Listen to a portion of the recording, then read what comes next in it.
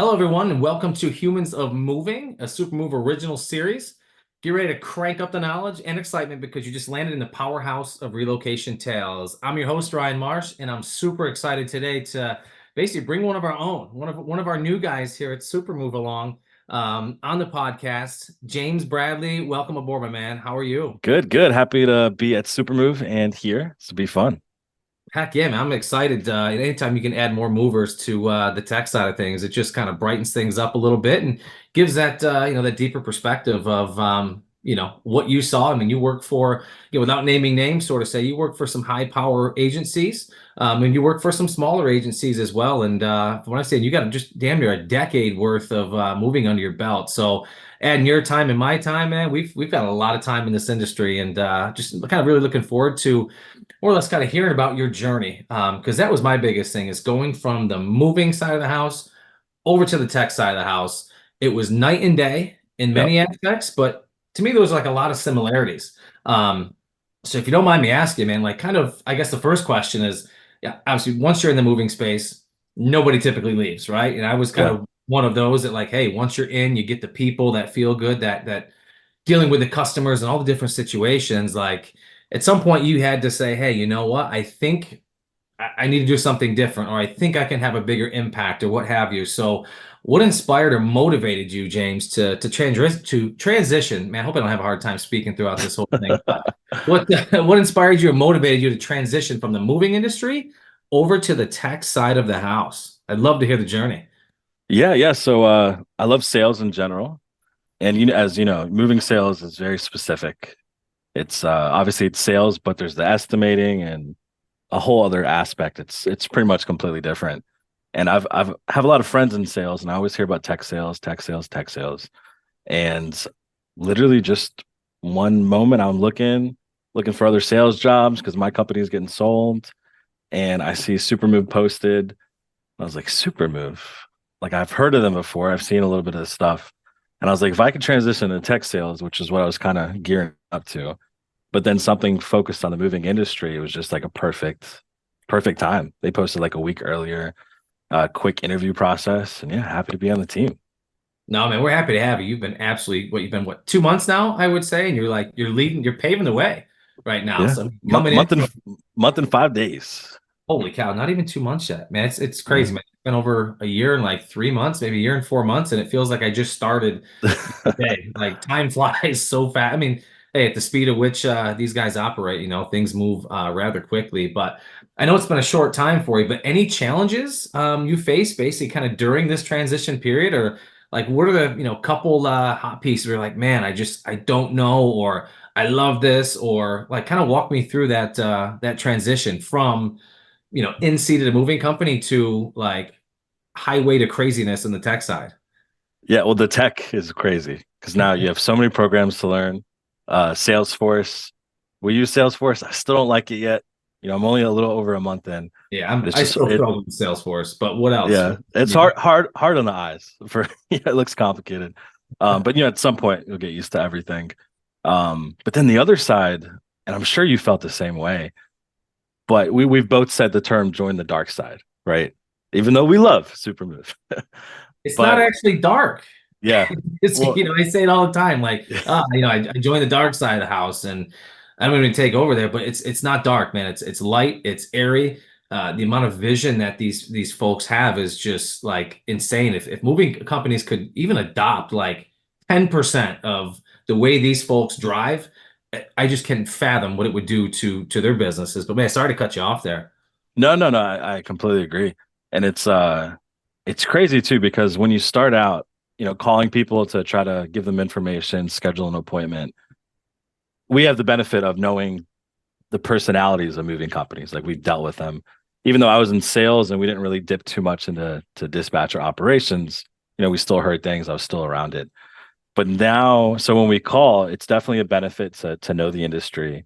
But then it's also a little disadvantage because I know if I'm calling a dispatcher at a certain time of day, I know he's going through hell. I know he's doing this. I know he's cursing. I know picking up his phone, be like, "Who the heck is this?" So it's a very fine line where we understand what they're going through, so it almost feels worse. But then in the long run, it definitely helps.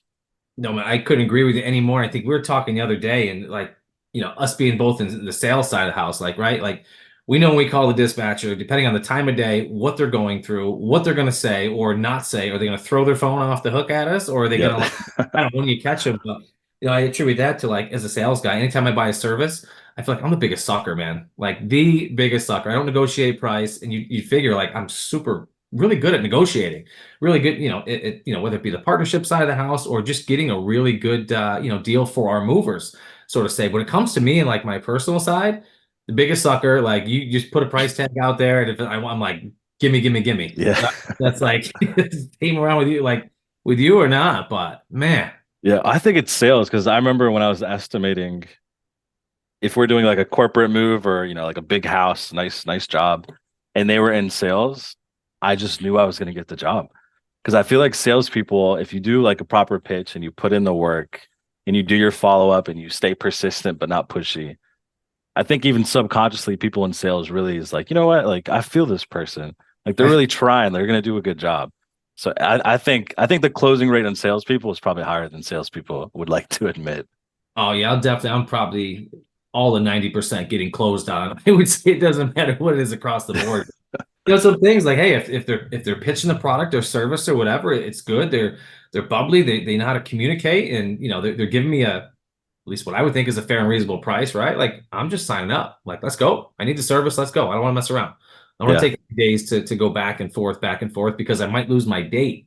I don't want to do Yep. it. Yep. We have the moving industry, right? Price or date. And if you don't react quickly, you're gonna lose that date. Now what are you gonna do? So I don't know if it's from all my years in the moving industry, well, it's like, do you have this date available? Like that's the first thing I go after. Like, can you service me on this date? And if they're like, yeah, I'm like, all right, just here's a checkbook. They got you. Yeah. Well, it's like we went to Sam's Club a couple of days ago, me and my wife, big grocery store. And I think it's also that I think another reason is that we give salespeople a chance. Like we're walking by and there's, somebody selling Comcast or whatever the heck it was. Oh And, no. they reach out. I'll give them that chance, like that professional courtesy. But then, the more chances, the more likely, they're to close. So I didn't buy Comcast because we're happy with Yeah, Verizon. I think it was T-Mobile at our Sam's Club. It's the same person every time I walk Yeah, in. yeah, Like at first I went because like, I might be able to get a heck of a deal here, but then it was like just this crazy program or whatever. But it's like I still gave him the shot. I gave him the opportunity, and then unfortunately, I just kind of a bad salesperson. I completely did not listen to a thing they said. I was thinking like, okay, where are the napkins at? All right, I need paper towels. Like, oh, cucumbers. Like that was going through my brain. yeah, But yeah. now every time I go back, they still hit me up, and I'm just like, I still stop for 5 minutes. Like, I don't know, but he definitely needs to tighten his game up a little bit, I would say. But Yeah. here's a kind of an interesting one here. But some of the surprises, I know I had quite a few surprises kind of leaving the industry, coming here. I'm sure your transition has brought, some amazing surprises, some like, surprises, and who else knows? But what are some of the biggest surprises that you've encountered, James, when transitioning to Supermove from the moving industry? Yeah, I'm not even trying to sugarcoat it. Really no bad surprises, at least yet. Like cross fingers. Um, I think I think it's really special and different when this is gonna sound so fake to the audience, but me and No, like we know, it man. We know. it is centered about around movers. Like everything we do is centered around movers. And it's like, a tech company and all that stuff that goes with a tech company. But when the bottom line is like in our Slack, right? We'll see product updates or somebody has a bug or a problem and literally people jump on it in the evening, right? At night. We'll Oh, see that around little the clock, I feel like. yeah, right I get away. to midnight or 1 o'clock in the morning, I look at my phone just a habit now. I'm like, see what's going on Slack. Like, yeah, Yeah. let's see what's going on. Yeah, And me too. something comes in at 11:30, right? Like a Yep. bug or what have you, and it's like 11:30 and 6 seconds later, the team's jumping on it.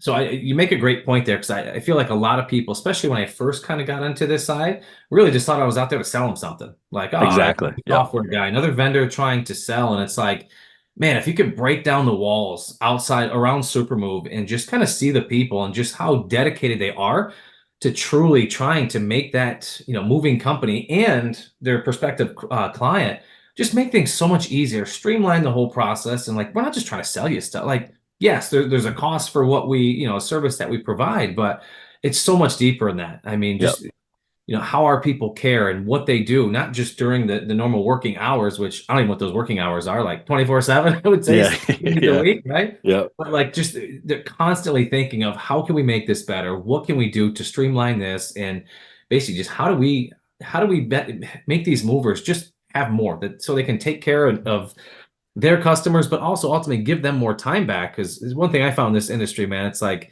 you miss a lot of family time, you miss a lot of events and functions because you are just in the day-to-day operations. And that's one thing our team does really, really well of trying to solve that problem. Yeah. We still have a lot of things to solve, but we are definitely getting there, no doubt. Yeah, 100%. And it's like I said, it sounds cheesy. It sounds like we're supposed to It- say that, right? It's so true But though. But, yeah, exactly. Yep. it's like we are real people. We're not like robots. We're not like we are actual humans that like again, we've quite a few movers that are on staff now. Like so we know what that pain is. We lived it, Yep. we breathed it, we slept it. We put out fires day in and day out in the industry. Like we know what goes on. And it's like any way we can assist with that. Just like I said, every time we come up with like a new little thing or a new little fix, I'm like, ooh, that would Yeah. help I tremendously, know. right? I know. Yeah. When I first because right when I joined on, we kind of just were releasing, Copilot, the sales AI tool. And so when I first saw it, just my cockiness before I knew anything about it, right? I was like, I'm just thinking of robots replacing a salesperson, right? Before I learned anything. And so, I'm like, psh, like, no way. Like I was so good. Like I'm good You at replace this. James? Yeah, that's not possible. What? And then you learn about it and it's more, like a RoboCop attachment, like an upgrade, right? It's you need a really good salesperson to use this really good sales tool to become like phenomenal. And then the training, the new people coming in the industry. And that's one thing I'd love for you to weigh in on the dispatch operation side too. But sales, I had them except I worked at JK for a little bit. That had really good training. But a lot of the smaller companies, there's really no training in terms of sales. It's, cubic feet times seven is weight. That's it. Sometimes you take the square footage times 5.5 for whatever reason. That Yeah. gives you like a rough number. But the actual follow up and like what you should be targeting and how to upsell and the actual like sales of it just seems like it's very closed doors. And I feel like it might be that for movers too, like, moving tricks or operations. It's just not a lot of companies don't have that community of really networking and, discussing together. No, I think you're spot on. I mean, if I told you how I got trained, you'd probably fall back in the truck you're sitting on the Yeah. tailgate of right now. Literally, it was like driving by a house, the guy that trained me, counting doors and windows, and before even into the house, oh, there's probably 10, 11,000 pounds. He's basically kind of writing everything. I'm like, man, how do you know that? Like you're literally counting doors and windows. I thought it was a joke. Then Yeah. we get inside the house and brief conversation. But oh, hey, I'm so and so with so and so. I'm here to see what you have, and I'll get you a price here in a little bit.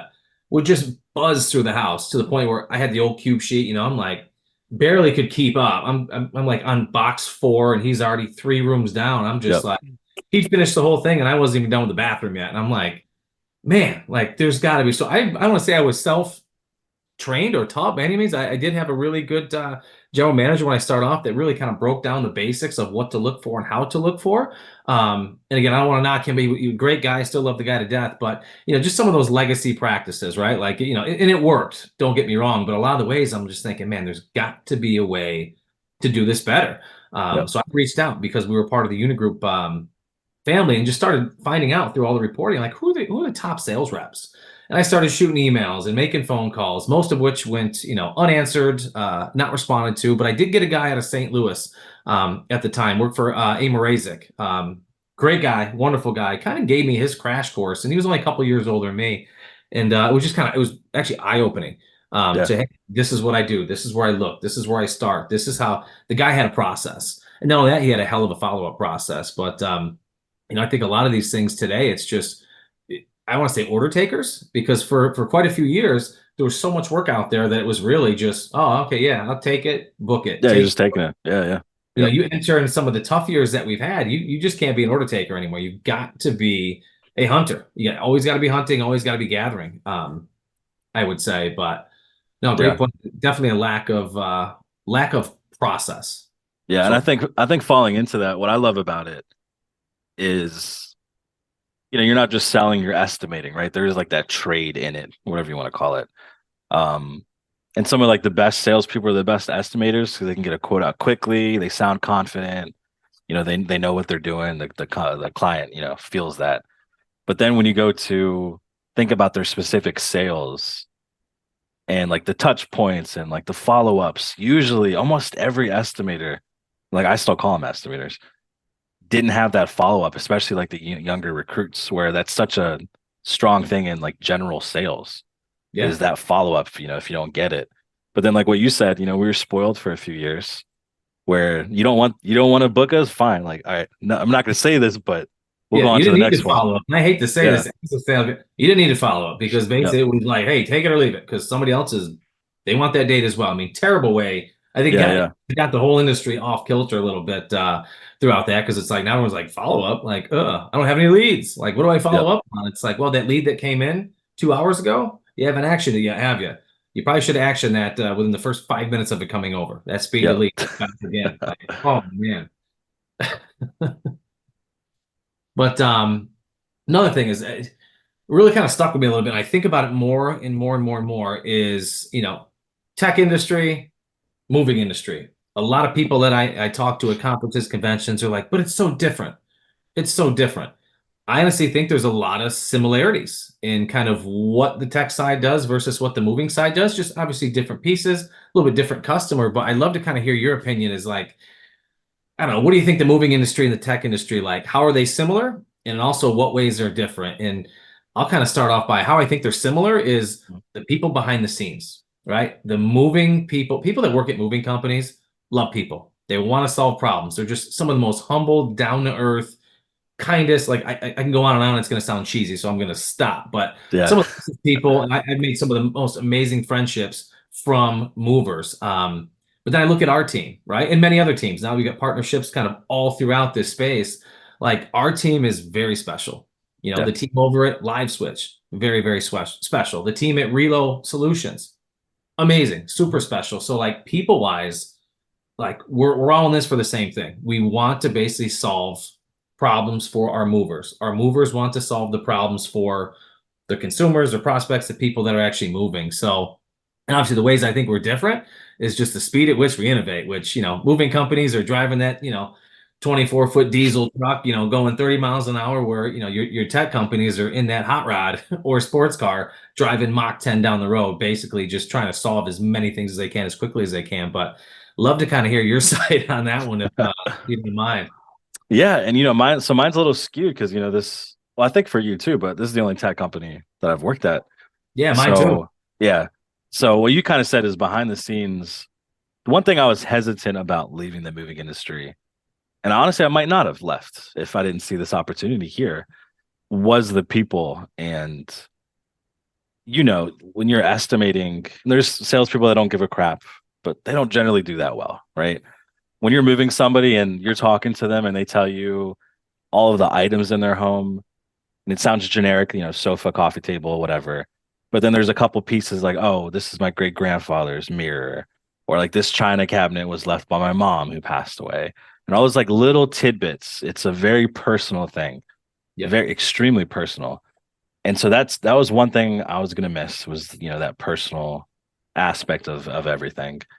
But then also the people, like the movers, hanging around the movers, dispatch operations, that blue collar grit, like That's nothing like it. Really nothing like it. Oh, the conversations that were had back in the dispatch office, Yeah. man, I will tell you some of the most memorable. And I learned a lot of new language and words then too. In Spanish and Things- English for me, yeah. yeah. You never Yep. know who that over the road driver is going to be, right? So you almost had to be trilingual. And a lot of times I'm like, I don't know what he said, but I think what he said, but just send him to Doc 3. We'll figure it out. Yeah, exactly. Exactly. Yeah. So I was very hesitant about leaving there.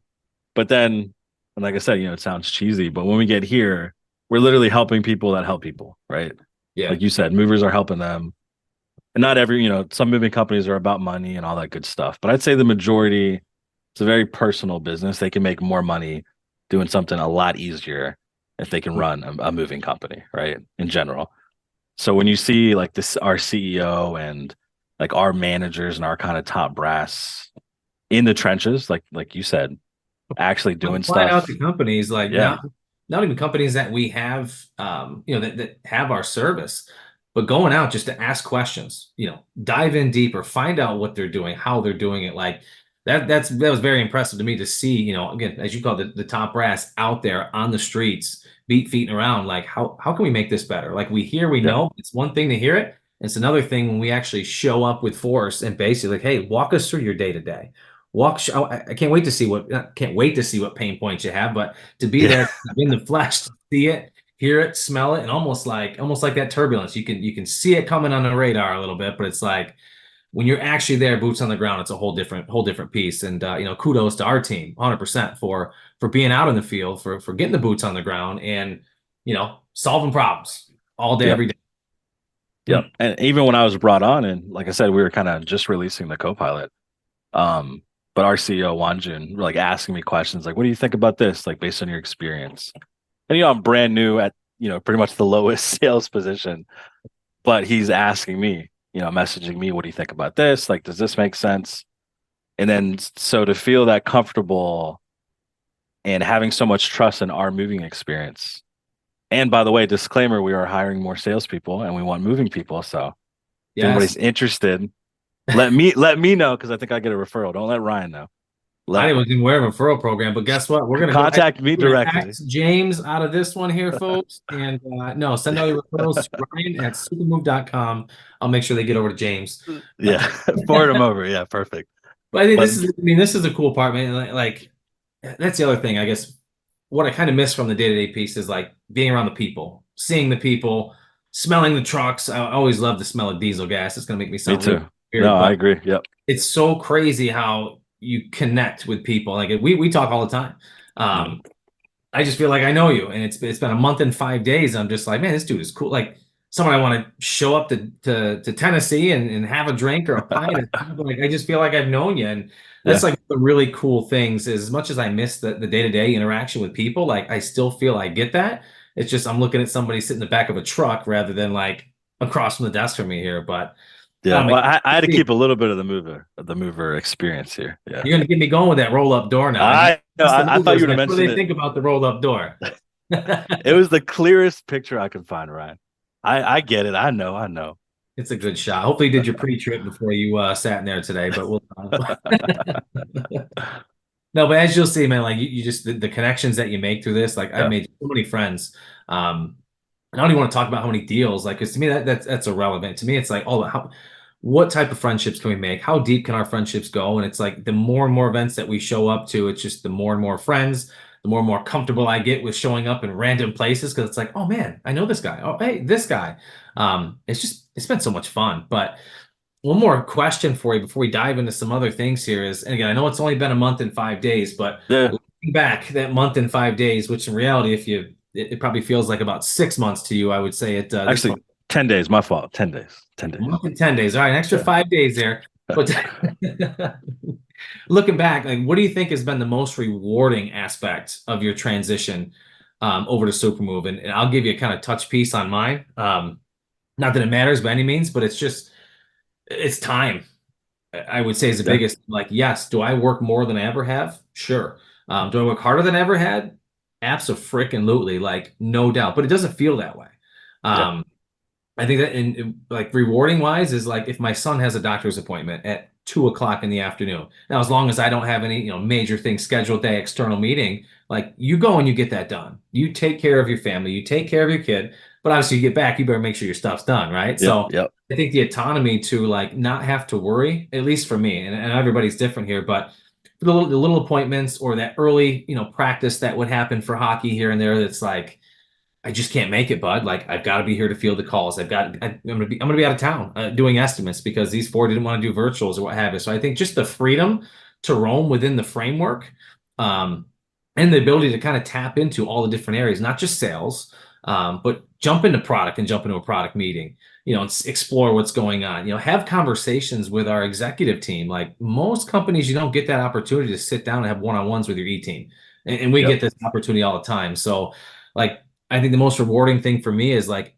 even though I'm probably not more present with my family, I feel that I am, and they feel it as well. So yes, there's long trips, there's long this, it's a plane hop here, a plane hop there, but I feel more present, and they feel I'm more present, right? So I guess Yeah, I guess that's a wonderful. it's something. Yeah, no, I'd completely agree. So I've worked remote for a while. So I have always kind of had this aspect, but it feels great. We have a year and a half old son, right? Our first kid. And I can curse here, right? Kick ass. I'll say it Yeah, anyways. movers, I right? can, yeah, exactly. I can kick ass. Nobody watches this show anyway. If you heard Ed Cat's last week, it's like, oh, we got two listeners. I'm like, okay, Ed, we have to put you on mute next time. Yeah, Ed's quick with it, man. He's Legend. good, man. Uh, We can't turn this into another Ed Cat show. That's what happened when I was chatting with Tom Anderson from previously, and then I'm like, well, shoot, we talk so much about Ed Cats, so might as well bring him on here. And yep, then yep. we got to leave him out of this one. Love you, Ed, but you're not Yeah. taking to this show. No, I agreed, agreed. But just being able to do really good, um, and then going downstairs. I have my office upstairs. But going downstairs and he's yelling, "Dad, Dad," sees me coming down the stairs, and just getting that quick recharge where even though I was working remote at other moving companies, I didn't really have that chance to, I don't want to say do it as much, but be more in control, I guess, of the time. I'm gonna Or use the phrase yeah, like you had to have your hand on the mouse for 8+ hours. yeah, pretty much, yeah, always available. Now, if, like I took my wife's car to get a checkup, and I structured my day where I'm kicking butt in the morning. Not really skipping lunch, but extending lunch to get like these tires checked, and then kicking butt at the end of the day. And even when I message like my direct manager, they're like, "Yeah, it's fine. Like, I trust you. Like, you Dude, schedule your day the way you can."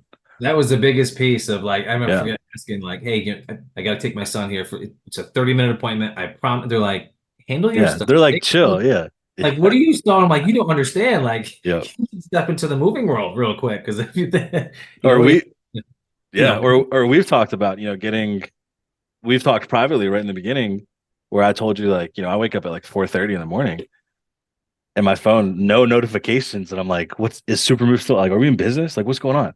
Just because I I'm so know. used to that dispatch operations, mover out, estimate, date changed, I'll go three, whatever. 4 hours without even looking at my phone whatsoever. And Yeah, yeah, a year and a half ago or a year and a half ago, yeah, absolutely not. The phone's ringing off the hook. Emails are coming through, texts from customers, texts from like that's one part I do. As much as I don't miss it, I do miss it. yeah, Well, it's like the weird. whole time though, like I was like this when I should have been doing other things to grow the lines of business, to grow my own personal business on the sales side. It was just like I was just captured up in my phone, like way too much. Now Yeah, it's like all my interactions are forward facing with potential customers or potential partners. And it's just a whole different, it's not death by email, death by text message or any of that, which is just maybe that's why I feel like I'm partially retired. Like, yeah, because my phone's because you just can not. turn it off. Yeah, you can completely 100% shut it off Yeah, and at that's the the end of thing the day. is like in the moving world, you could, right? So weekends as a sales guy, you're constantly someone calls you on a Saturday or Sunday. At least for me, I'm answering, and that was I would say probably one of my biggest downfalls is I allowed myself to be open 24/7. Me So too. I Yeah, created a lot of that pain, but guess what? It worked. I booked a ton, but ultimately sacrificing what? Not something I would suggest to any sales guy out there is opening yourself up 24/7, but they literally had every number I had. They had email they had everything. But that was just part of me and who I was as kind of a person. And I wanted these people to have successful moves. I wanted to dive in deeper and figure out the why. So the more I could figure out about why they were moving and what kind of brought that situation, the easier and the better I could tailor a program for them to fit exactly what they were looking for, which made for a seamless close, sort of say. And you hear upsell come up quite a bit and things like that, but it almost eliminated the upsell because it was like I knew what they needed and yeah, provided it rather than gave them basic service and then tried to get packing, tried to get storage, tried to get Geek Squad. It was like, no, how are you going to handle this, folks? Like yeah, these are the services based on what this is what you need. Like so much easier. And I forgot where the heck yeah. I was. No, but yeah, 100% agree, 100% agree. Because then, all right, so I'll tell you this. I worked at they're out of business, but I still don't want to name them. But when I started out, just very shady, and we all know those companies, very shady company where I had no faith in our ability to do a complicated move. Ooh, And I'm talking to this sweet lady. I still remember her name, Roxanne. moving from like Texas to South Carolina or something. And I'm doing a virtual walkthrough, right? And she's just like this sweet old country lady. And she's showing me all these things that her husband hand carved, right? He was like a woodworker, like beautiful piece, like very custom, priceless furniture, antler lamps that he made, all this beautiful stuff. And the whole time I'm walking, my face is like this, like smile to O, right? Because I'm like, we can't do this. Yeah, it's Like, above yeah, we're gonna mess all we everything can up. do. But of course, we make a great connection, and she wants to go with us. And I'm like, quitting in 2 weeks. I was gonna quit in 2 weeks. I had no faith in this company, and it was bad. Like it was a very shady, rough company. And I called her after hours. This is so bad on my personal cell, and I I was think this like, is going to be really, really good. I'm excited to hear. I think I know what you did, and I probably did the same damn thing. Let's hear it. "Yeah." Well, I told her the truth. I was like, "Roxanne, this is James. Yeah, yeah, yeah. The moving company." I was like, "You cannot go with us. Like, do not sign the thing. I'm leaving. Like, I'll try to find somebody for you. Like, I'll get you a good recommendation. Blah blah blah, whatever." But I was like, in good faith, like I could not. I would be thinking about her till this day, and I do now as a positive thing. But You I did would be, the thing. yeah, and I would be thinking of it as a negative, like the rest of my life, which sounds so stupid. But I know her husband. Like I've seen his creations and talked about her grandkids and all this like stuff that really, really adds up. You know what I mean? To make that personal connection.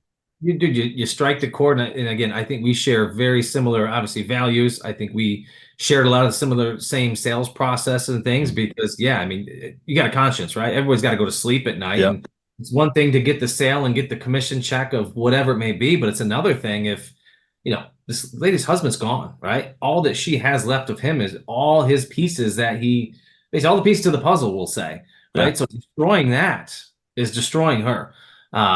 So no, kudos to you. I mean, I've had to shut down quite a few moves yeah, in my time, and honestly, there was a few moves that I wish I would have shut down. I thought we were better than we were at certain times. We just weren't there yet. I mean, they weren't yeah, disastrous, but it was like, man, Ryan, you could have probably did a better job. So, unfortunately, I learned the hard way a couple times. But no, and I say this to anybody, it's okay to say no. You can't yeah, be everything to everybody. But the nice thing is if you stay top mind, you do the right thing for the customer, refer them to somebody or what have you that can do whatever they're looking for. I mean, you got a better shot at getting that business in the future as well. And I see that same thing with what we do here is not everybody's going to be an amazing fit yeah, for us currently, but if we can guide them, help them, provide them with some education and awareness of what's going on in the industry, that my only hope and thought is that, hey, when they do get time or when they are at that time, we're like, you know what, it is time to upgrade to a co-pilot or upgrade to a Supermove core or a platform or a command center, whatever it may be. Like, hopefully, I left a really, really good taste. I yeah, educated them enough, guided them to get them to their next level of where they need to be. So ultimately, they can make that decision someday. And you better believe the first person that they're going to call is, well, probably James, but hopefully me as well. yeah. And 100%. I just talked to a moving company last Friday, and guy just started his business in March, I believe. Renting trucks, doing labor, doing junk removal, really just trying to make ends meet at this point. And straight up, we're not a fit for him right now. He can 100% handle everything with him, like two other laborers. He's still doing labor on the moves, renting trucks from U-Haul. Like it would just be a waste for him to use our CRM right now or our Copilot, the AI sales tool.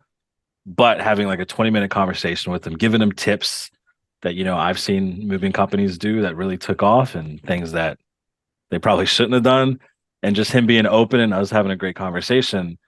I know maybe in 6 months or a year when I hit him up, hopefully he'll remember. But I can kind of say like, hey, remember we You can talked remember. here? Yeah, where I didn't push him because we were not a good fit, but we still had a great conversation. And I think that's why we do really well too, is that people feel, we can be persistent, of course, in sales, but not crossing that pushy line. And that's one thing I've learned with this industry and the folks in it, they remember.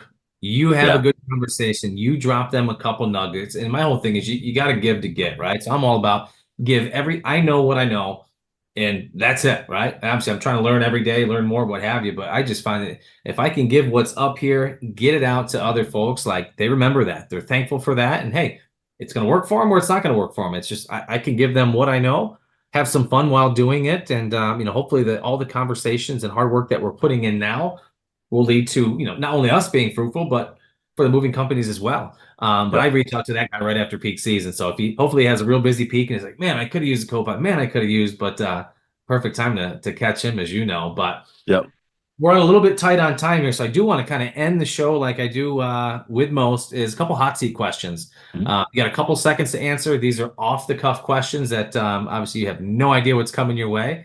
I'm just excited to hear what the first thing comes to mind, and maybe I'll give you. I didn't really read these to get my input as like I don't know. I'm just gonna go at it, man, and Yeah, yeah. let's see what you got. But first question: what's the most embarrassing fashion trend that you followed in your youth?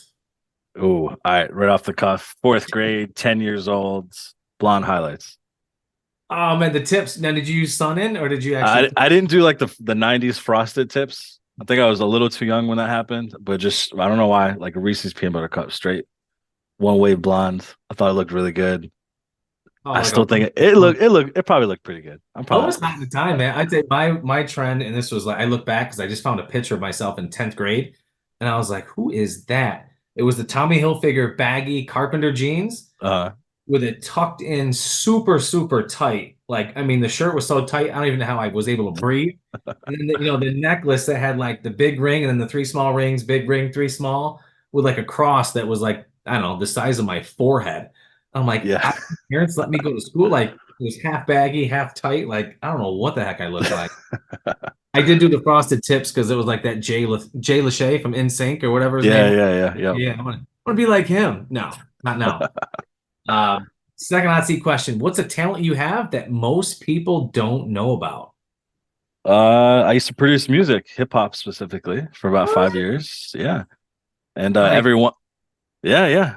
Every once in a while I'll still there's a whole process of leasing beats that a lot of people don't know about, but basically renting a beat to try it out kind of.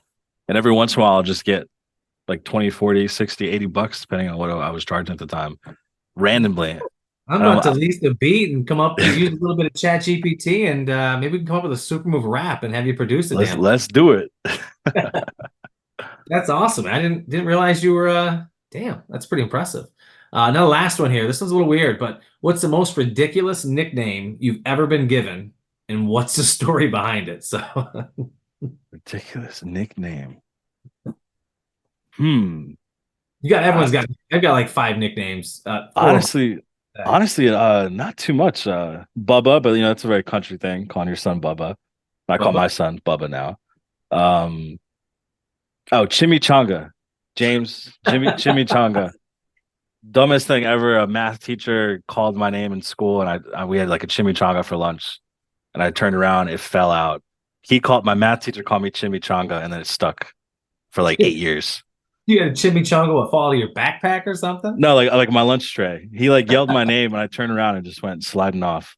And then he named me for like, which is kind of fucked up when you think about it.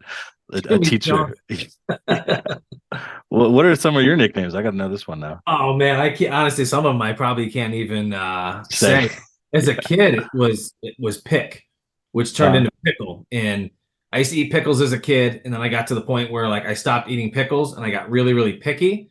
And then not only that, like if I had a scar or a scratch or something, I was always picking at it. So yeah, yeah, my family still this day calls me pick, pickle, pick. Like I've got all sorts of nicknames, man. It's not even. I know nothing like chimichanga though. Like damn, that's a good yeah. one.